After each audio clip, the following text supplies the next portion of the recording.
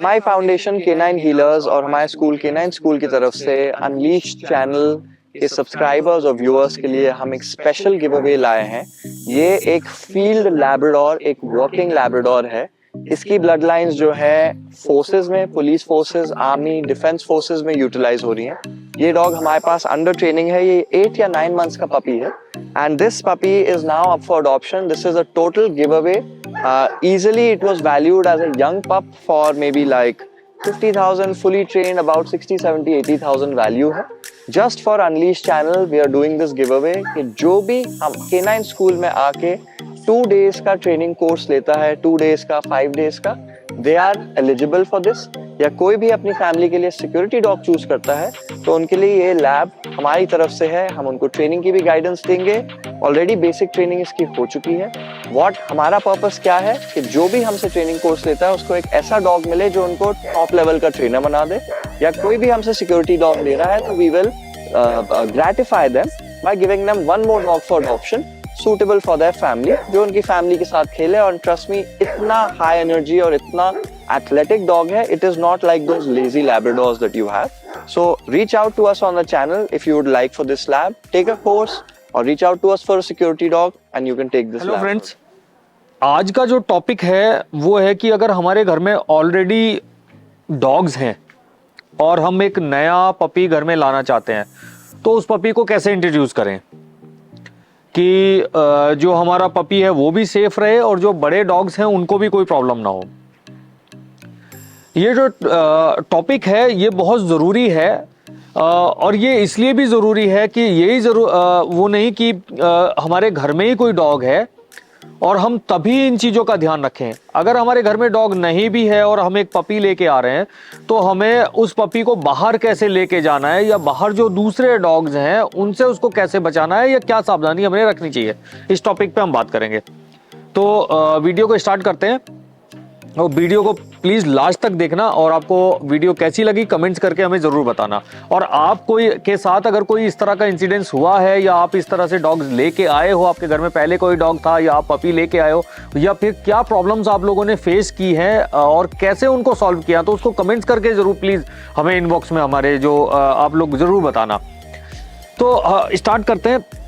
हुआ क्या, अभी कुछ टाइम पहले मेरे एक बहुत अच्छे नोन है, मेरे फ्रेंड हैं, मैंने उनको एक डॉग दिया था, एक बेल्जियन मैलनॉइज। तो उनके यहाँ पे एक ऐसा इंसिडेंस हुआ कि वो जो पपी था बहुत अच्छे से रहता था उनके डॉग्स के साथ, बट उन्होंने उसको खुला छोड़ रखा था। बट एक दिन क्या हुआ, वो जो उनका बड़ा डॉग था वो खाना खा रहा था, तो उस टाइम पे उस बड़े डॉग ने उसको बाइट कर दिया। तो उससे उसको काफ़ी चोट हुई और कुछ टाइम के बाद वो सर्वाइव नहीं कर पाया पपी। तो मुझे ये लगा कि इस टॉपिक पे हमें एक वीडियो करना चाहिए। तो मैं आपको बताता हूँ, जैसे हम कोई नया डॉग्स लाते हैं या नया पपी घर में लाते हैं, ऑलरेडी हमारे पास नया डॉग है, तो पपी के अंदर क्या होती है, क्यूरियोसिटी होती है। वो बच्चा है, उसको इतनी समझ नहीं है, तो वो बड़े डॉग के पास जाता है। बड़े डॉग्स के अंदर भी होती है कि यार ये कौन नया मेंबर घर में आ गया है और जो है हमें देखना चाहिए, क्योंकि वो तो उनका घर होता है, उनकी फैमिली होती है। तो उस कंडीशन में क्या करना चाहिए, जब भी आप नया डॉग लेके आओ तो दोनों जो बड़ा डॉग्स है और पपी को थोड़े टाइम के लिए आप अलग रखो। और अगर आप उनको मिलाते हो तो एक अपने सामने मिलाएं, ऐसे नहीं कि उसको आपने खुला छोड़ रखा है साथ में, तो देखो ज्यादा कुछ भी नहीं करेगा तो बड़ा डॉग दौड़ते हुए चोट मार देगा उसको, छोटे बच्चे को, उसमें चोट लग सकती है। तो वो भी एक वो रहता है, डर बना रहता है। तो उसमें आप क्या करें कि आप इन चीजों का ध्यान रखें कि हमने जब भी आप अपने बच्चे को छोड़ रहे हो तो आप खुद उस समय प्रेजेंट रहे हैं वहां पे। ऐसे टाइम पे जैसे कोई बड़े डॉग्स की कोई ऐसी चीज है जो जिसको वो बहुत ज्यादा पसंद करता है, जैसे सपोज कोई टॉय है या उसका कोई बर्तन है या कोई ऐसी जगह है जहाँ पे वो खुद से रहना ज्यादा पसंद करता है, तो थोड़ा सा ध्यान रखें कि उस बच्चे को उन जगहों से अवॉइड कराएं। नहीं तो कई बार क्या होता है, वो अपनी टॉय को लेके या किसी चीज को लेके वो उस पर चार्ज कर सकता है बच्चे पे, या गुस्सा हो सकता है, कई बार बाइट भी कर सकता है। तो ये चीज का आप थोड़ा ध्यान रखें। खाना, तब आप फूड देते हो, ये बहुत ज़रूरी है। जब भी आप खाना देते हो तो बिल्कुल बच्चे को बड़े डॉग्स के पास बिल्कुल आपने नहीं भेजना है। और जब आप छोटे बच्चे को खाना दे रहे हो तो उस टाइम पे आपने बड़े डॉग्स को अलग रखना है। ये कुछ टाइम के लिए आपने ये चीज़ें ज़रूर करनी है। धीरे धीरे तब वो घर में रहने लगेगा और ये चीज़ें वो थोड़ा नॉर्मल हो जाती हैं, बट उसके लिए एक टाइम लगता है। तो इस चीज़ का भी आपने ध्यान रखना है। दूसरा, अगर आपके चलो ठीक है घर में डॉग्स नहीं है बट आप बाहर लेके जाते हो, बाहर अगर आपके पास डॉग्स है छोटा बच्चा है और बाहर आप देखते होंगे स्ट्रे डॉग्स कुछ रहते हैं, कुछ रहते हैं, तो डॉग्स की एक टेंडेंसी होती है वो देख के या तो उनके पीछे दौड़ेगा या फिर वो उनकी तरफ जाने की कोशिश करेगा। कई बार वो डॉग उसकी तरफ आने की कोशिश करते हैं। तो आप कोशिश करें जब आपका छोटा बच्चा है तो आप लीज में उसको बाहर घुमाएं, और अगर आपको मिलाना भी है तो धीरे धीरे करके मिलाएं। अपने बाहर के सराउंडिंग के जो डॉग्स हैं आपके आसपास रहते हैं उनसे धीरे धीरे करके ही मिलाएं। ऐसे नहीं कि आज आप बच्चा लाए और आपने ले जाके उससे मिला दिया।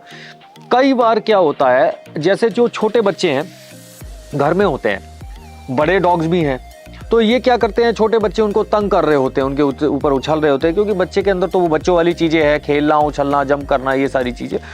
तो जब आप जो बच्चा है अगर वो इस तरह की हरकतें कर रहा है तो आप थोड़ा सा ध्यान रखें। कई बार जो बड़े डॉग्स होते हैं वो गुस्सा हो जाते हैं और उस टाइम पे वो उसको चोट पहुंचा सकते हैं, काट सकते हैं। तो आप ये इस चीज़ का भी थोड़ा सा आप ज़रूर ध्यान रखें। तो आप अगर ये छोटी मोटी चीज़ों का आप ध्यान रखेंगे तो आप जैसे नया पपी आप अपने घर में लेके जाते हो, नया मेंबर लेके जाते हो, घर में कोई दूसरे डॉग्स भी हैं, तो आपको किसी तरह की कोई प्रॉब्लम्स की जो है ये फेस नहीं करनी पड़ेगी। इसके अलावा अगर आपको इसी तरह की कोई प्रॉब्लम्स फेस करते हैं आप लोग और आप जानना चाहते हैं मुझसे कि इसमें हम क्या कर सकते हैं, तो आप प्लीज़ कमेंट्स करके हमारे वीडियो में जरूर बताएं। हम आपके सारे कमेंट्स पढ़ते हैं, तो उसमें हम आपको जरूर रिप्लाई करेंगे कि आपको उसके लिए क्या करना चाहिए या क्या प्रिकॉशन आपको लेने चाहिए जिससे आप और आपका बच्चा या आपकी फैमिली सेफ रहे।